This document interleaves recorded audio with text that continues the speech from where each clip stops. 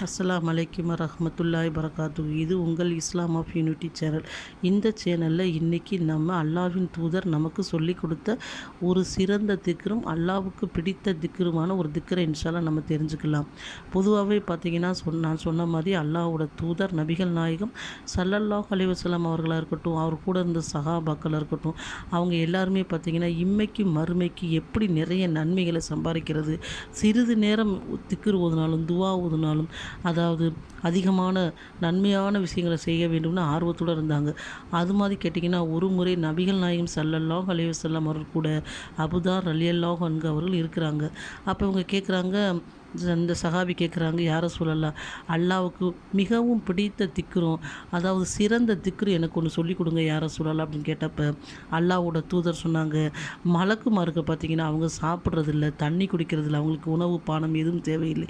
அவர்கள் அல்லாஹ்வை தஸ்பீ செய்து கொண்டும் அல்லாஹ்வை வணங்கி கொண்டு இருப்பாங்க. அப்படி தஸ்பீ செய்கிற அந்த வார்த்தை என்னன்னு கேட்டிங்கன்னா அல்லாஹ்வுக்கு மிகவும் பிடித்த வார்த்தை. அந்த வார்த்தையை தான் மலக்குமார்களும் அதிகமாக தஸ்பீ செய்கிறார்கள். தன் அடியார்களுக்கு சிறந்த திக்ராவும் அல்லாஹ் ஆக்கி வச்சிருக்காரு. அது என்ன திக்ருன்னு கேட்டிங்கன்னா சுபஹானல்லாஹி வபிஹம்திஹி என்று கூறினார்கள்.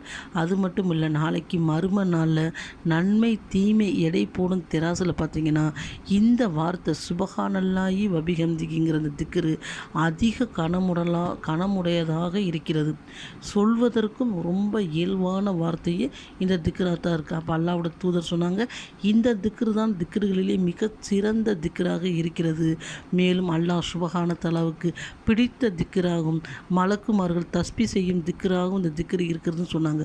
அப்போ இந்த திக்ரை நம்ம நிறைய ஓதி நாளை மறும நாளில் பார்த்திங்கன்னா நன்மை தீமை எடை போடும் தெராசில் அதிக நன்மைகளை சம்பாதிக்கக்கூடிய பாக்கியத்தை அல்லாஹ் சுப்ஹானஹு தஆலா நமக்கு அதிகமாக வழங்கிடுவானாக இந்த நேரத்தில் துவா செய்து கொள்கிறேன்.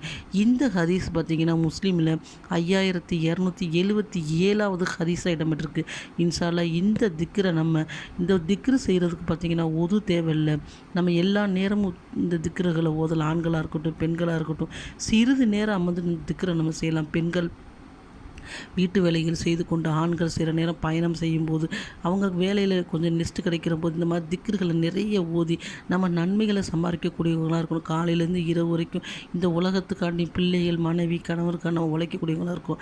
நமக்கு மறுமைக்கு நம்ம நிறைய சம்பாதிக்கணும். அப்படி இருக்கிறப்ப சிறிது நேரம் நம்ம இந்த நன்மையை சம்பாதிக்கணும். சிறிது நேரம் நம்ம அமுல் செய்தால் நிறைய நன்மை சம்பாதிக்கணும்னா இது போன்ற திக்ருகள் நம்ம ஓதக்கூடியவங்களாக இன்ஷா அல்லாஹ் இருக்கணும். அல்லாஹ் சுப்ஹானஹு தஆலா இந்த திக்ரு செய்யக்கூடிய பாக்கியத்தை நம்ம அனைவருக்கும் வழங்கிடுவானாக என்று துவா செய்து கொள்கிறேன். ஆமீன்.